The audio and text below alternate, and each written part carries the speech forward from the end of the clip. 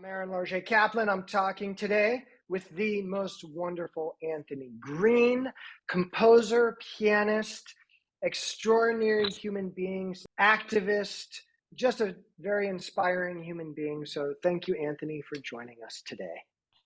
Always a pleasure. How are you?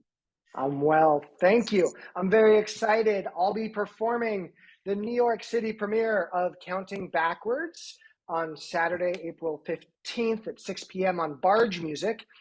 Counting Backwards was written for the new Lullaby project, my project of lullabies. I think it's 2020, and it's on the album Drifting, which came out in 2021. And we're going to talk briefly about this amazing piece. So my first question, the guitar. Is there something about the guitar that you find special, or you're like, I despise it, I'm scared of it? What's the qualities that you like about it?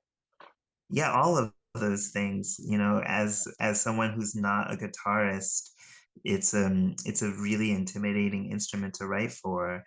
And I never grew up playing guitar really, I played a couple of chords and I can play Zombie by the Cranberries, but I mean, anyone can learn how to play that in about 20 minutes. And I play it badly, even though I've been playing it for years.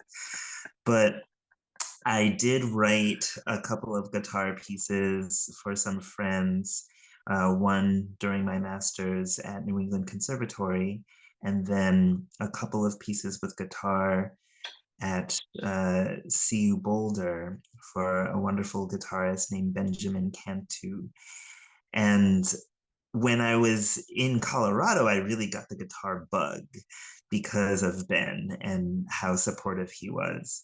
But then I left and I didn't have anybody else to write guitar for. So when you reached out to me about the new Lullaby project, it was really a wonderful opportunity for me to dive back in. So thank you.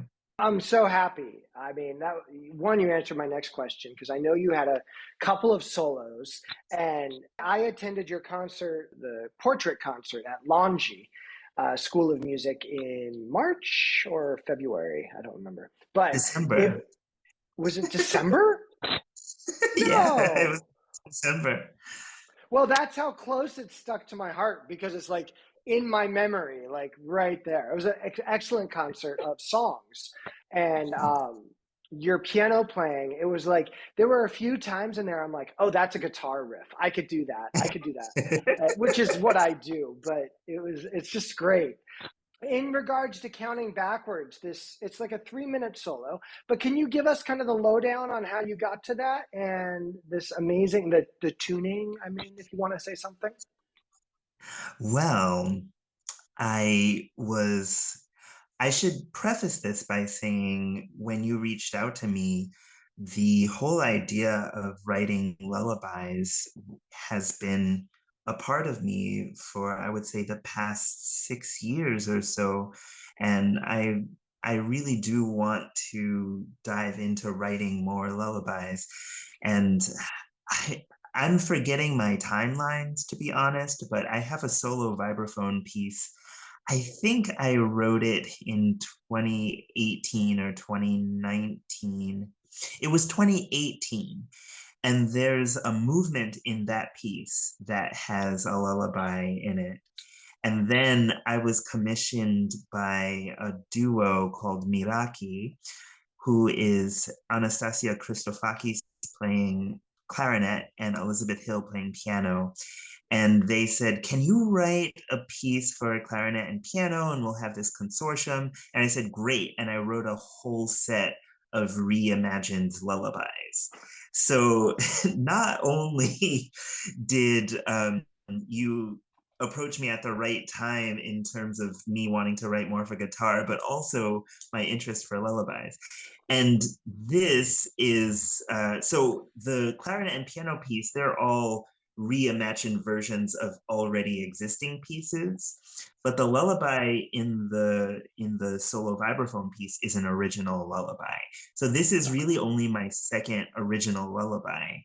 And what I was imagining was a child falling asleep and starting from a really large number and counting backwards and getting more and more tired, and how that process would go for that child.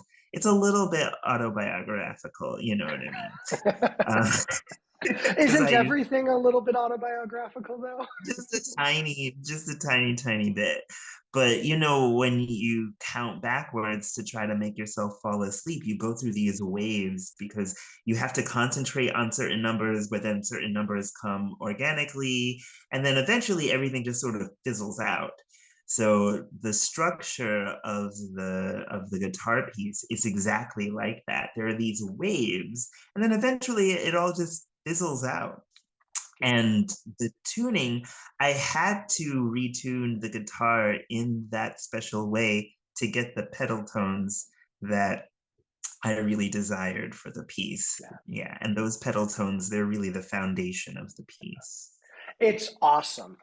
Again, you need to hear this piece. It is so beautiful.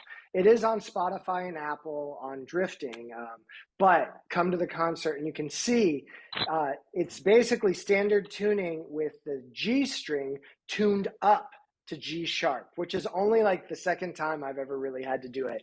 And I admit at first I was totally like, oh no, but you do it so well. It's like, it makes perfect sense. It's like, yeah, playing octaves was like, oh yeah, it's a stretch, but 5 minutes later it's done. It's a great piece, and it's so Cool. much fun to play. It really gets the colors of the guitar come through, and this kind of nodding off, and it's really great. So I'm so happy you wrote it. Are you a coffee or tea person? I'm a tea person, yeah. Yeah, you're in London. I knew it. I knew it. Um, who's caught your ear recently? Is there someone that you've been like, oh, I've been listening to X. What's grabbed your ear? Anything, any style. Yeah, so I'm obsessed with Tori Amos, and yeah, It's she's like on tour now. 1997 all over again. Yeah, basically. So yeah, she's on tour now, and whenever she's on tour, I listen and I play to a lot of Tori. So yeah, I love it. I love it. Do you sing and play? yeah, Yeah, definitely. you do. Oh my God. Oh, okay. We are gonna do a concert, and we're gonna organize something, and an encore or something in there is going to be. We're gonna get a Tory. We're gonna get, yeah. So this is That would great. be super cool. You know that Tori has a book out on guitar versions of some of her songs. I did not know this. I will look into this. This is. Yeah. I am making note as we speak. Um, Anthony, it's a pleasure always. I mean, hanging out with you, listening to your music, sharing in the joy that you bring is just one of my favorite parts of being a musician. So thank you. And special, where are you going next? What's the next concert? Oh, well, the next is New Gallery Concert Series premiering a piece for piano and percussion called Color Conversation. And then after that, Castle of Our Skins is producing my multimedia opera called It Must All Be Done in Darkness, based on the 7-year isolation period of Harriet Jacobs. When is that? When is the opera? That is April 14th and 15th. Well, on April 15th, if you're in New York, you can come in here counting backwards. If you're in the Boston area, I highly please go and experience Anthony Green's music. Castle of Our Skins is amazing. Sarah Bob's series, New New Gallery Gallery. is wonderful. You have no excuse, people. Go and listen to this great music. Thank you so much, and we'll talk soon.